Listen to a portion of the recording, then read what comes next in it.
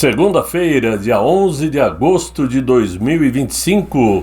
Sejam todos muito bem-vindos, meus amigos, a mais um vídeo do canal Terra Brasilis News. Muito frio aqui em São Paulo, mas estamos quentes de notícias, muita coisa acontecendo. E muito embora esteja frio aqui, pelo menos no Sudeste, no Sul, em Brasília está pegando fogo. Não parece, mas o caldeirão está fervendo e por isso temos muitas informações positivas para nós, esperançosas eu diria. Mas eu quero começar dizendo o seguinte, que hoje pela manhã o Tribunal de Contas do Estado de São Paulo prestou uma homenagem para aquele ministro, vejam só, vamos homenagear o homem, aquele ministro do Supremo que está sancionado. E ele foi convidado para abrir a 23ª Semana Jurídica, um encontro realizado aí anualmente pela entidade. Além de ser responsável, de ter sido responsável pela palestra especial, né? Olha só, ele foi homenageado com o Colar do Mérito da Justiça de Contas, que é concedida por destacados serviços para a melhoria do sistema de fiscalização financeira e orçamentária. Muito bem. Agora imaginem os senhores o que ele receberia de prêmio se de fato estivesse prestando o mínimo necessário para cumprir com a Constituição brasileira, hein? Se ele faz o que faz e é homenageado, meu Deus do céu. Só que com detectores de metal, né, instalados para conferir a condição corporal dos convidados, inclusive dos próprios funcionários do Tribunal de Contas, a cerimônia contou com um pianista tocando ao vivo Imagine de John Lennon. Olha que coisa bonita, hein? Imagine all people, huh? E o ministro se achando, né, como se diz, o centro da paz mundial, né? Agora, depois em compensação, foi tocado Eu Sei Que Vou Te Amar, de Tom Jobim e Vinícius de Moraes, né? Esses dois foram tremendamente comunistas, né? Coleguinhas aí de ideologias comunistas, mas isso não vem ao caso, isso é um outro problema. Muito bem, ao final cantar ainda uma música aí, Não Deixe o Samba Morrer. Muito bem, ai meu Deus do céu, uma música identificada como uma das favoritas do ministro, claro, pois não deixar o samba morrer combina com tudo em um país que é levado à base do bumba meu boi. Só pode. Agora, o que chamou mesmo a atenção é que tradicionalmente este evento conta com a presença do governador de estado e do prefeito da cidade de São Paulo. Mas nem Tarcísio de Freitas e nem Ricardo Nunes compareceram ao evento, deixando claro que o ambiente anda tóxico demais para o lado do ministro. Para que complicar se podemos evitar? Então Tarcísio e o Ricardo não foram. Claro, isto mostra como anda a situação. Só que aquilo que é ruim pode ficar pior, pois existe aí uma expectativa muito grande de que aquele ministro não consiga finalizar o julgamento do Núcleo 1, isso até setembro. E isso quem está dizendo não sou eu, são informações lá do blogueiro Hélio Gaspari, da Folha de São Paulo. Segundo ele, o ministro Luiz Fux, que faz parte da primeira turma, estaria pronto para usar uma manobra regimental que pode adiar o julgamento de Jair Bolsonaro no Supremo Tribunal Federal e jogar este caso diretamente para o ano eleitoral de 2026. E eu explico. O processo está na primeira turma do Supremo, né? E pode se deparar com uma carta na manga de Luiz Fux, que é um provável pedido de vistas. Um instrumento legítimo, mas frequentemente usado como um botão de pausa nos casos mais explosivos. Se Fux acionar esse botão no final de setembro, quando chegar a hora, o prazo de 90 dias começa a ser contado, empurrando o julgamento para além de dezembro. Por isto, o ambiente na primeira turma é de tensão e pode ser aberto aí um clima de erosão na relação entre os ministros que apoiam aquele ministro. Acontece que a partir de 20 de dezembro, o Supremo entra em recesso forense. Resultado? Nada anda entre dezembro até fevereiro. E fevereiro de 2026 já seria o terreno minado do ano eleitoral, quando cada movimento jurídico sobre Jair Bolsonaro terá impacto direto nas urnas. O problema maior para os encastelados do Supremo é que nesse mesmo período o Tribunal Superior Eleitoral também poderá revisar a situação de inelegibilidade de Jair Bolsonaro, já que o TSE estará sob nova administração, como costumam dizer os donos de padaria, não é? Pois o ministro Cássio Nunes Marques assumirá a presidência do tribunal e o André Mendonça será seu vice-presidente. Claro que nos bastidores, aliados do mito comemoram a possibilidade de um efeito dominó capaz de reabrir o jogo político. Se confirmada essa possibilidade, a possibilidade de Luiz Fux pedir vistas, né, não será apenas um atraso ao julgamento, mas sim um terremoto institucional que pode transformar 2026 no ano mais imprevisível da história política recente do Brasil. A pergunta que ecoa nos corredores de Brasília é a seguinte: Fux está apenas seguindo o regimento? Ou essa decisão, se tomada, já seria uma forma de solucionar esta situação que se tornou problemática para o Supremo Tribunal Federal, que já se tornou insustentável ao longo desses 6 anos com esse inquérito do fim do mundo, penalizando inocentes por conta de uma narrativa mentirosa e revanchista contra os chamados bolsonaristas. Será que é isso? Ou seria ainda o efeito Donald Trump, já provocando mudanças dentro do ambiente do Supremo Tribunal Federal? Vamos aguardar, evidentemente, não há outra maneira, né? E vamos ver se realmente Luiz Fux será merecedor de elogios e agradecimentos da população de bem. Vamos aguardar. Agora, como notícia ruim se espalha como rastilho de pólvora e nunca vem sozinha, eis que Eduardo Tagliaferro pode tornar a vida do ministro sancionado um inferno maior ainda.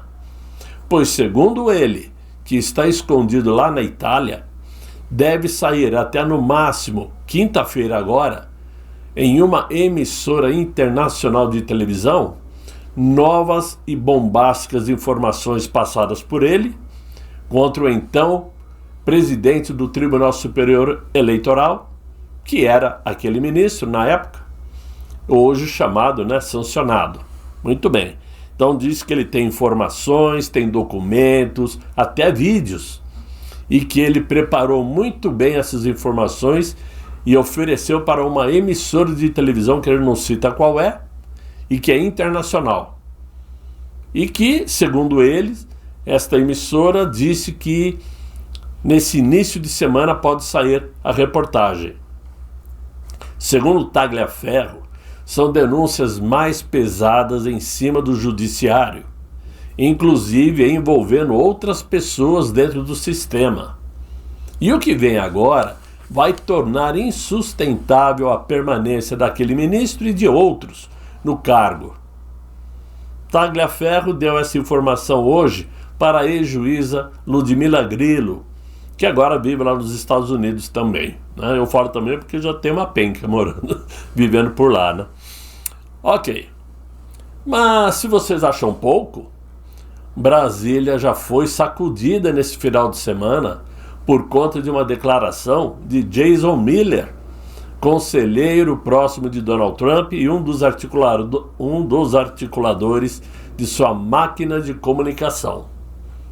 Miller jogou gasolina no já inflamado cenário político brasileiro em uma postagem na rede X, dizendo o seguinte: não vou desistir até que Jair Bolsonaro esteja livre.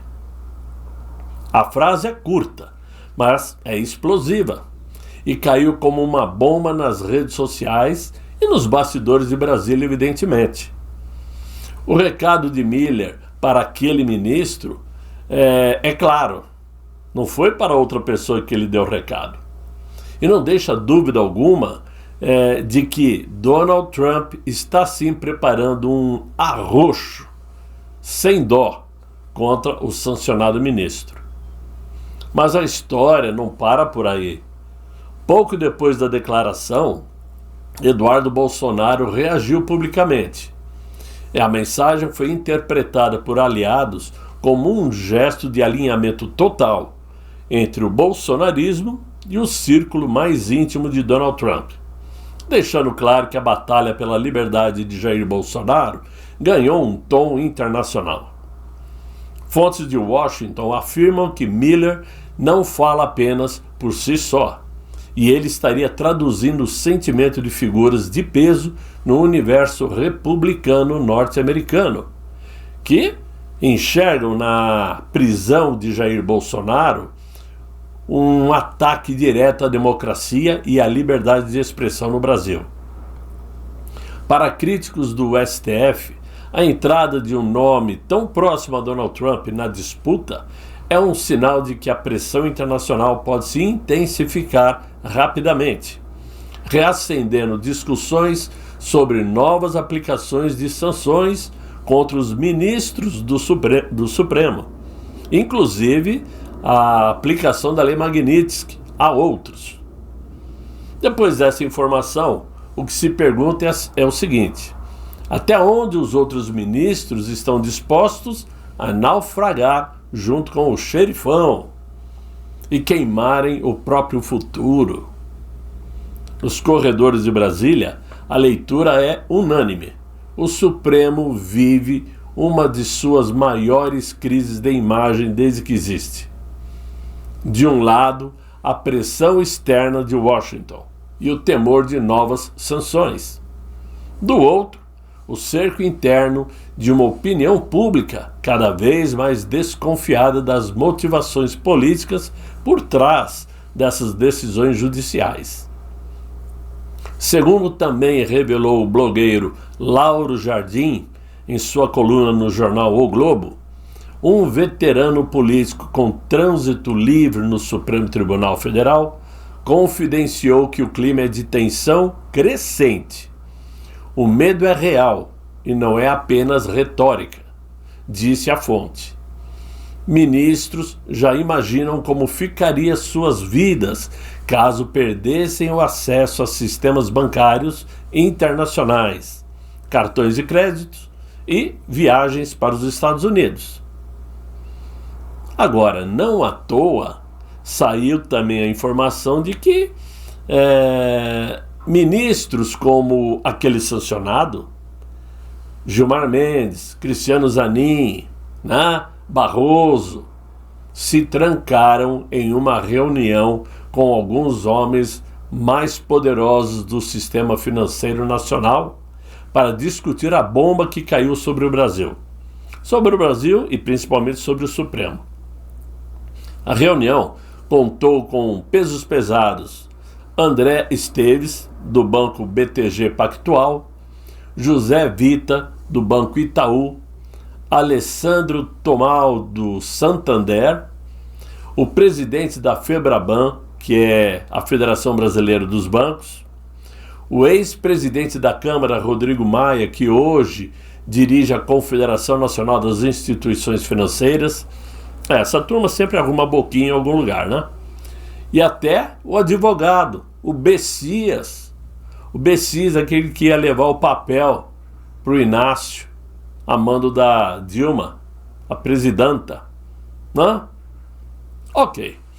Em um clima tenso, os ministros ouviram dos banqueiros que as sanções travam qualquer operação em dólar, envolvendo os nomes na lista negra americana da Lei Magnitsky, e que até transações via Pix passam por filtros automáticos para detectar e barrar clientes sancionados em bancos brasileiros, obviamente, mas que usam e usufruem de transações internacionais com os Estados Unidos.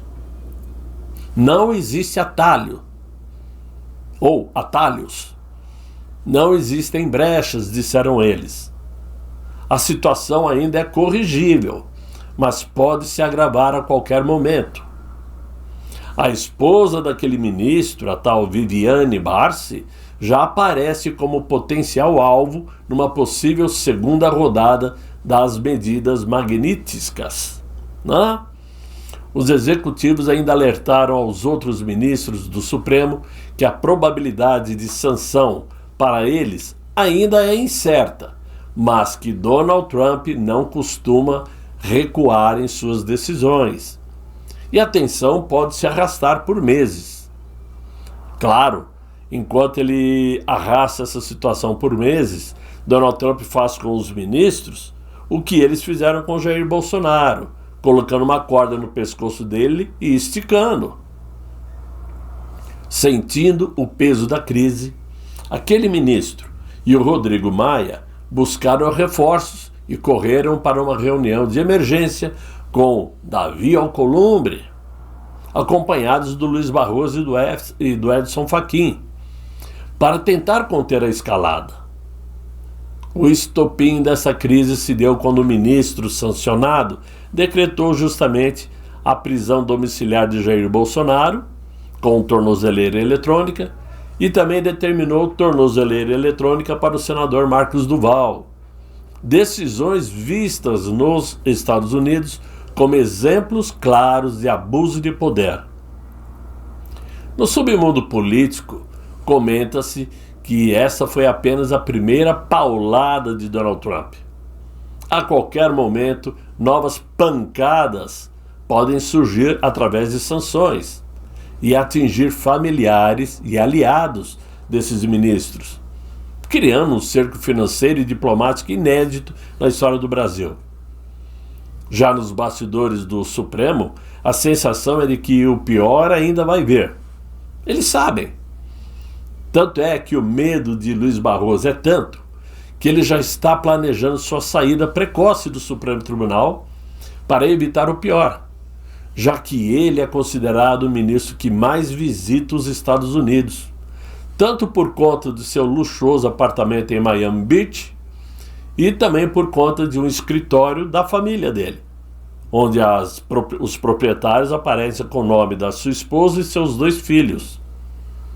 Além disto, Barroso é conhecido por dar frequentes palestras em universidades americanas. Então, pensando nisto, ele quer salvar, né, e abandonar o barco. Ele quer se salvar e abandonar o barco antes que ele afunde. Então, meus amigos, essa é a situação que se instalou em Brasília. E agora, entra semana e sai semana, a tensão é explícita, a preocupação é constante. Por mais que eles se apresentem com aquela cara tranquila, cara de paisagem, né? Cara de boi no pasto, né? Na verdade, eles estão tremendo na base e com medo de abrirem a boca e provocarem mais ainda o Donald Trump. Este tipo de bobagem eles deixam a cargo do Inácio, Porque o Inácio, sim, é especialista em bobagens. Ele é acostumado a fazer besteiras. Simples assim. E nós do lado de cá, a partir de agora, estamos criando boas expectativas. É pouco, perto de tudo que já aconteceu. Perto daquele túnel sem uma luz no fim. Mas agora parece que está aparecendo a pontinha de uma vela. Se não for uma vela, é um trem na contramão. E aí, salve-se quem puder. Mas eu acredito que criou-se boas expectativas para o nosso lado. E é contando com isto que eu termino esse vídeo exatamente às 16 horas e 45 minutos. Portanto, só me responsabilizo pelo que disse até agora, daqui para frente, só amanhã. E eu espero que vocês deixem os likes, se inscrevam no canal, chamem seus amigos para me acompanhar e colaborem com o canal que puder, tornem-se membros, né? Ajudem a gente a crescer e a continuar trazendo informações. Então, desejo a vocês um excelente final de noite, muito bom descanso, um cobertorzinho quente, um chocolate quente para quem está aqui no sul e sudeste. Espero voltar amanhã com um novo vídeo, se Deus quiser, e Ele há de querer. Fiquem todos muito bem, fiquem com Deus. Tchau, tchau.